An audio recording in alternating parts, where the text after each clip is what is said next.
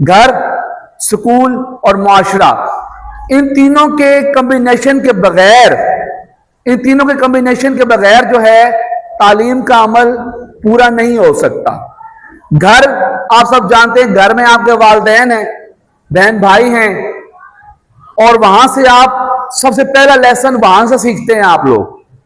گھر میں والدین کی اس میں کمپنی سے آپ لوگ بولنا سیکھتے ہیں۔ اگر آپ کے والدین پنجابی بولتے ہیں آپ پنجابی بولتے ہیں، وہ پشتو بولتے ہیں آپ پشتو بولتے ہیں، وہ پوٹھوہاری بولتے ہیں آپ پوٹھوہاری بولتے ہیں۔ جو ہیبٹس ان میں ہوتی ہیں وہی ہیبٹس آپ میں آتی ہیں۔ وہ اچھی ہیبٹس اور بری ہیبٹس آپ گھر سے سیکھتے ہیں۔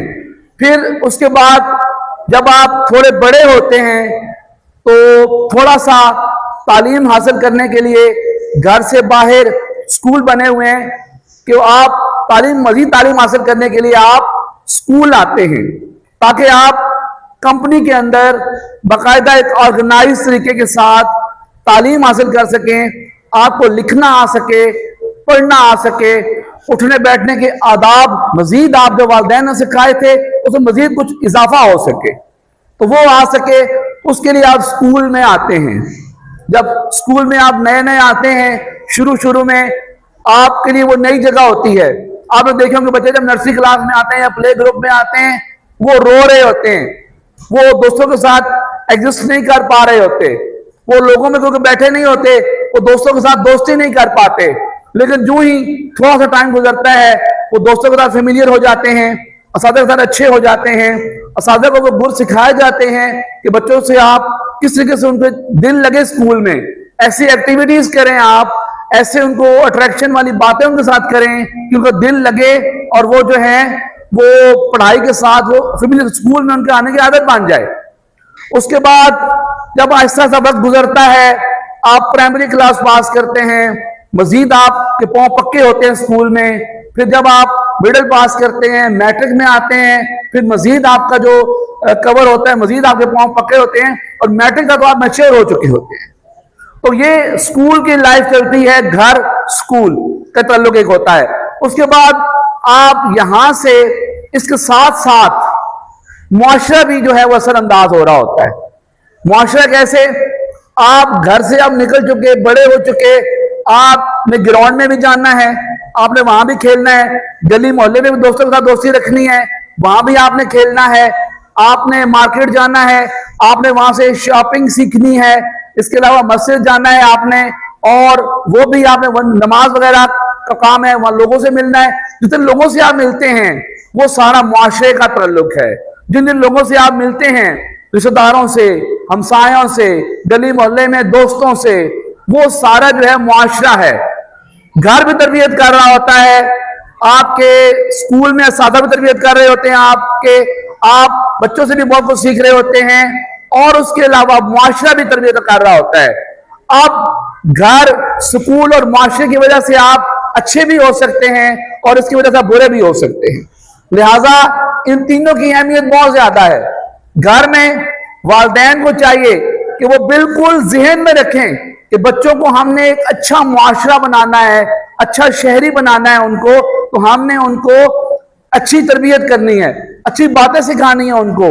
استاد بھی جب وہ اسکول میں آئے تو تعلیم کے ساتھ ساتھ تربیت دے، اور یہ پتہ چلے کہ وہ معاشرے میں جب نکلے ایک اچھا انسان بن سکے۔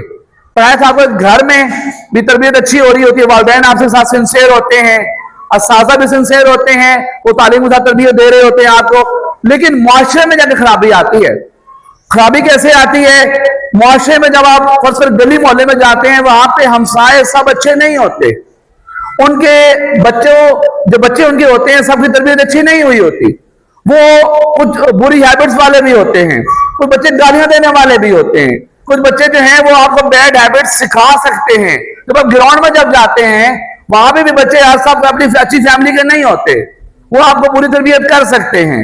اس کے علاوہ معاشرے میں آپ کو جب آپ اس عمر میں جب آپ آ جاتے ہیں، 9th 10th میں جب آپ پہنچ گئے، میچور ہو گئے، آپ جو ہے وہ آپ کے پاس موبائل بھی آج کل ایک نئی چیز ایڈ ہو گئی ہے، موبائل اور کمپیوٹر بھی ایڈ ہو جاتا ہے، اس میں آپ انٹرنیٹ کے ساتھ ہی معلومات وہاں سے بڑی وافر مقدار میں آ رہی ہوتی ہیں، تو ان انٹرنیٹ پہ اور موبائل کے ذریعے جو آ رہی معلومات آپ وہاں سے برائی کی طرف ڈائیورٹ کر سکتے ہیں.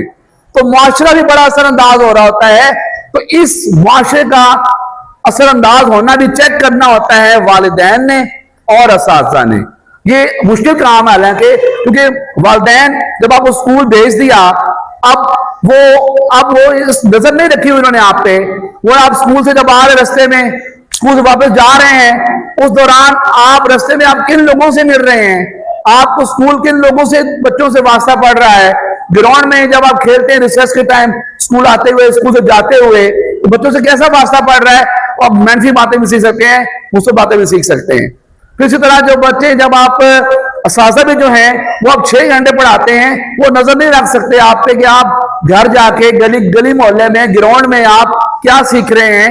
اس کے لیے یہ یہاں پہ ہے کہ یہ لیسن میں فی الحال خلاصہ ہم چلا رہے ہیں. اس کے آگے مزید جب ہم پڑھیں گے ٹاپکس تو مزید چیزیں واضح ہوں گی آپ کو کہ ہم نے اس میں اساتذہ اور والدین ہی کی ذمہ داری ہے. انہوں نے نظر رکھنی ہے بچے پہ. بچہ اسکول جا رہا ہے تو انہوں نے اسکول گاہے بگاہے آنا ہے، اساتذہ سے ملنا ہے، اس کی ایکٹیویٹیز نوٹ کرنی ہے.